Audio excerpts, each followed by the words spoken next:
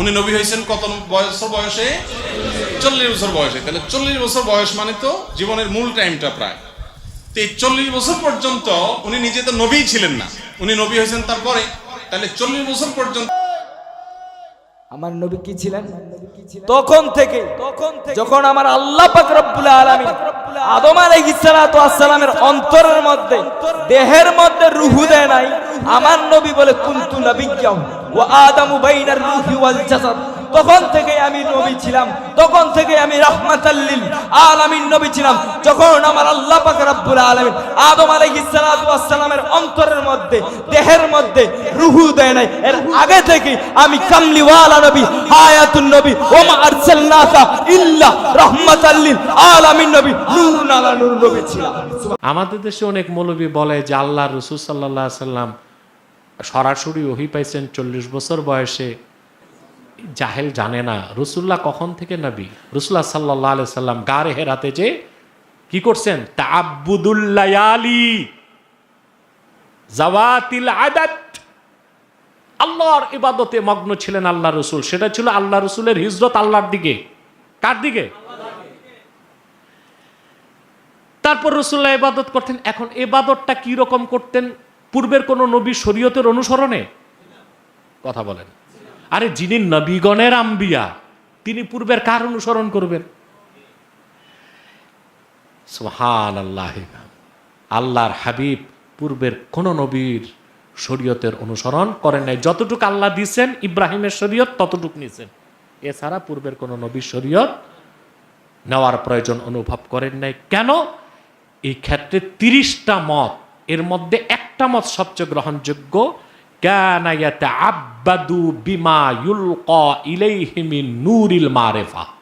রাসূলুল্লাহ সাল্লাল্লাহু আলাইহি ওয়াসাল্লাম গারে হেরাতে যখন আল্লাহর ধ্যান করতেন, মারিফতে নূরের মাধ্যমে আল্লাহ তার হাবিবকে অন্তরে জাগায় দিতেন, এই ইবাদত করেন। কারণ আমাদের দেশে অনেক মৌলবী বলে যে আল্লাহ রাসূল সাল্লাল্লাহু আলাইহি ওয়াসাল্লাম সরাসরি ওহী পাইছেন 40 বছর বয়সে, তখন থেকে রাসূলুল্লাহর আদর্শ মানা যাবে, এর আগেরটা মানা যাবে না। জাহেল জানে না রাসূলুল্লাহ কখন থেকে নবী। এক সাহাবী জিজ্ঞেস করছেন, মাতা কুনতা নাবিয়্যা, আপনি কখন থেকে নবী? রাসূলুল্লাহ বলেছেন, কুনতু নাবিয়্যা ওয়া আদমু বাইনাল মাই রূহি ওয়াল জাসাদ। বাইনাল মাই ওয়াত তিন, এটা নিয়ে কি লোকাল আছে? এই হাদিস নিয়ে কি আছে? কেউ কেউ বলেন জয়ীফ, কেউ বলেন মওযু, কেউ বলেন সহি। আমি তর্কে যাই না, যেহেতু সহি হাদিস আছে তো জয়ীফটা বলার দরকার কি? দরকার আছে? তো রাসূলুল্লাহ বলেছেন, কুনতু নাবিয়্যা ওয়া আদমু বাইনার রূহি ওয়াল জাসাদ। দুনিয়ার সব মৌলবী বসেও এই হাদিসের সনদে কলম দিতে পারবে না। আমি মুহাম্মদ তখন থেকে নবী, আদম যখন মানুষ রূপে অস্তিত্বই লাভ করে নাই, তার একটা ছিল দেহে, একটা ছিল রূহ। সুবহানাল্লাহ।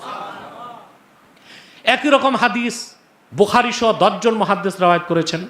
ওয়ানিল ইরবাজ ইবনে সারিয়াহ রাদিয়াল্লাহু তাআলা আনহু قال سمعت رسول الله صلى الله عليه وسلم يقول إني عبد الله وخاتم النبيين وإن آدم لمنجدل في طينته। ইরবাজ ইবনে সারিয়া বলেন, আমি আল্লাহর হাবিবের নূরের জবান থেকে শুনেছি, তিনি বলেছেন, নিশ্চয় আমি মুহাম্মদ আল্লাহর বান্দা ও সর্বশেষ নবী। তখন থেকে আদমের দেহ যখন ধুলায় গড়াগড়ি খাচ্ছিল, এই জন্য সরাসরি রাসূলুল্লাহর কাছে ১৫০০ বছর আগে, ওহী আসার আগে, অর্থাৎ মুহাম্মদ সাল্লাল্লাহু আলাইহি সাল্লামের কাছে ওহী এসেছে 40 বছর বয়সের সময়। এর আগেও আল্লাহ রাসূল যা করছেন ব্যক্তিগত সিদ্ধান্ত ছিল না, বিমা ইউলকা ইলাইহি মিন নূরিল মারিফা।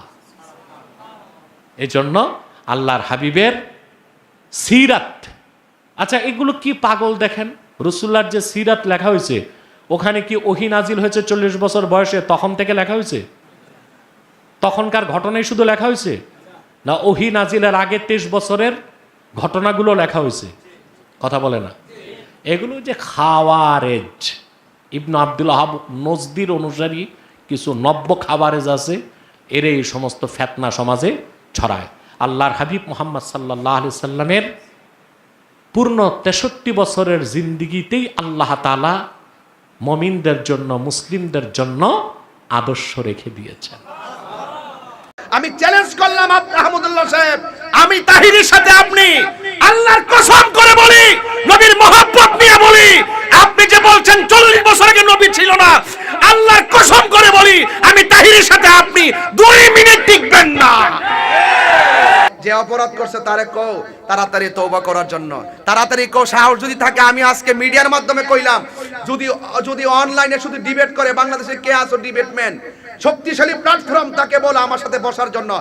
2 মিনিট টিকবেন না, যদি আপনি টিকেন যুক্তি দিয়া দলিল দিয়া এই মাইকের স্পিকার আমি ছেড়ে দিব ইনশাআল্লাহ, বলে দিলাম। ওয়াজের মাঝে আমি কথা বলবো না। তাহিরি এত সোজা মানুষ না, তাহিরি এত অশিক্ষিত কেউ না। এই অন্তত পক্ষে হুব্বে রাসূলের উপরে দলিলে কেতাইর মাধ্যমে আমি প্রমাণ করে ইনশাআল্লাহ দেখাই দিব তাহিরি ইস তাহিরি।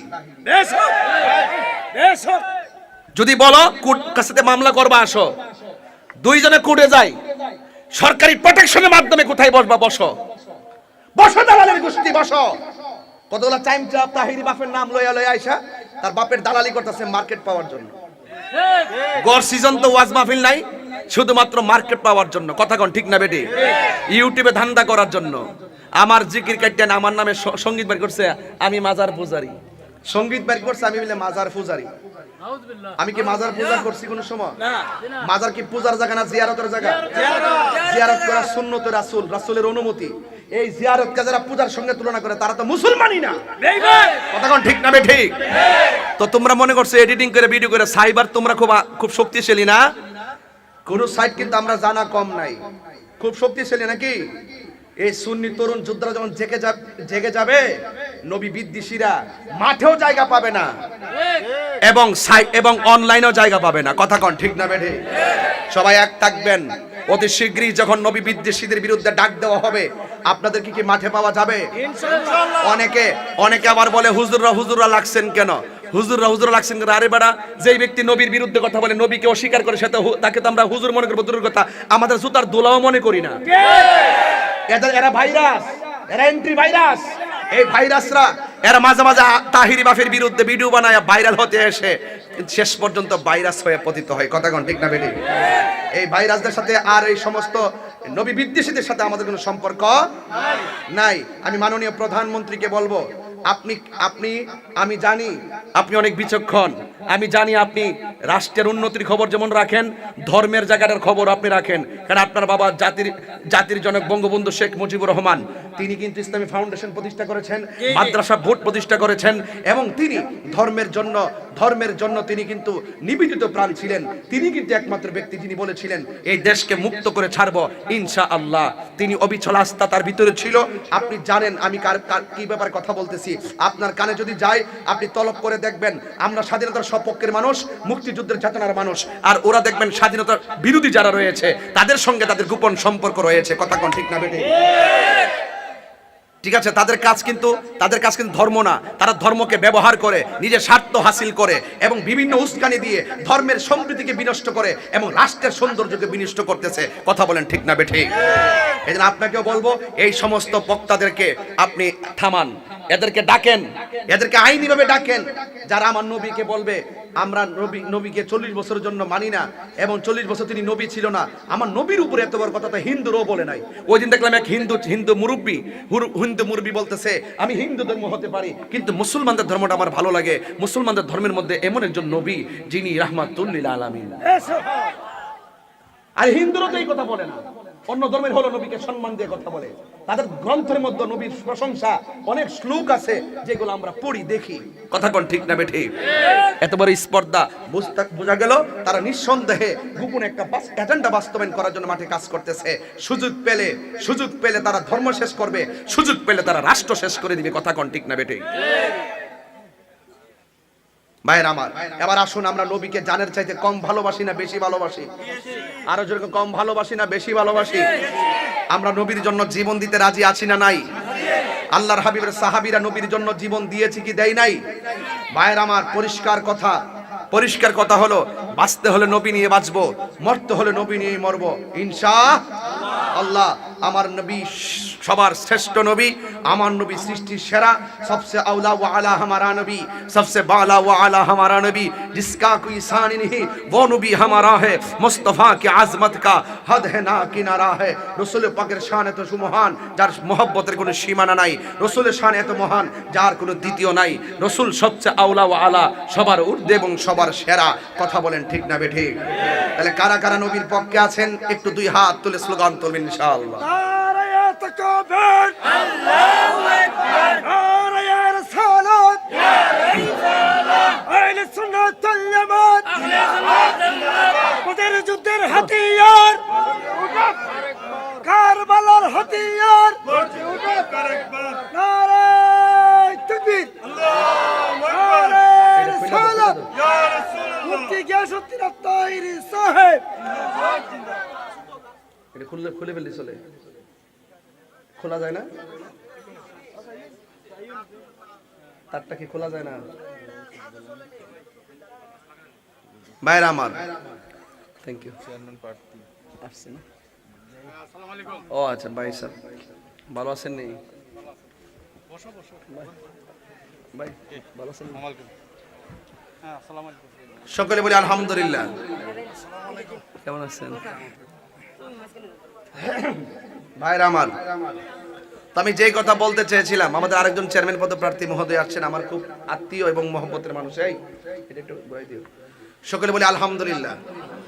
তা আপনারা কি খুশি না বেজার? আমার সাথে কি আপনারা রাগ করেছেন?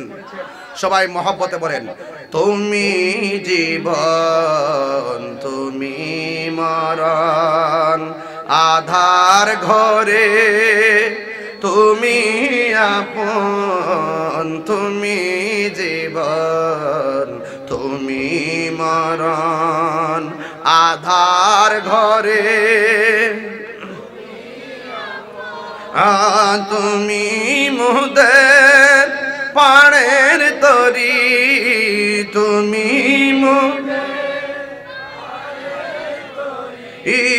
তুমি নিদানে তোরা নেওয়ানা। আজকে আপনার কথা আমি আমরা মানবো না কেন আপনি বলুন? তখন আমার আল্লাহর হাবিব বলছেন, তোমরা আমার আল্লাহর পক্ষ থেকে আমার কাছে ওহী আসছে, আমার কাছে কিতাব আসছে, তোমরা এই কিতাব মতো চলতে হবে।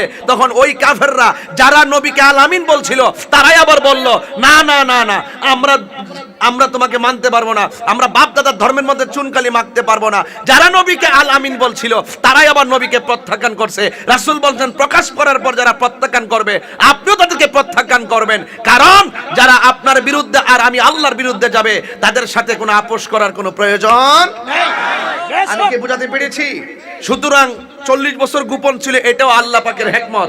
আবার 40 বছর পর দেখেন, যদি প্রথম ঈসা আলাইহিস সালাম দুনিয়াতে আইসাই যখন মারিয়াম আলাইহিস সালামের উপরে যখন মানুষ অভিযোগ তুলতে শুরু করলো, এই মরিয়ম তোমার স্বামী নাই, তোমার ঘরে সন্তান কিভাবে হলো, তোমার স্বামী নাই, স্বামী ছাড়া সন্তান কিভাবে হয়, তখন ঈসা আলাইহিস সালাম দুলনার মধ্যে থাকতে বলছিল, আমি আল্লাহর নবী। জোরে বলুন সুবহানাল্লাহ। আরে ঈসা আলাইহিস সালাম ছোটবেলায় বলছে আমি নবী, নিজেরটা নিজে বলছে। তো সুতরাং প্রত্যেক নবীগণ দুনিয়াতে এসেছে নবী হিসাবে। আর ঈসা আলাইহিস সালামকে তো ওরা ভূমিষ্ঠ হওয়ার পরে মানে নাই। ঈসা আলাইহিস সালাম শৈশবে বলেছেন, যারা নবীজিকে এত বিশ্বস্ত হওয়ার পর 40 বছর পরেই কয় আমরা মানি না, ঠিক আছে, এদেরকে যদি শৈশবে বলতেন রাসূল, তাইলে তারা কি মানতেন? ওই প্রেক্ষাপটে কি এমন ছিল? ওই প্রেক্ষাপটে এমন ছিল না। সুতরাং যুবক ভাইয়ের আমার, আল্লাহর হাবিব সাল্লাল্লাহু আলাইহি সাল্লাম, ওয়ামা ইয়ানতিকু আনিল হাওয়া ইন হুয়া ইল্লা ওয়াহয়ু ইউহা, আল্লাহর অনুমতি ছাড়া, আল্লাহ পাকের ওহী ছাড়া রাসূল কোনো কথা বলে না। নবীজির কথা আল্লাহর কথা, নবীকে ভালোবাসা আল্লাহকে ভালোবাসা। জোরে কোন ঠিক না?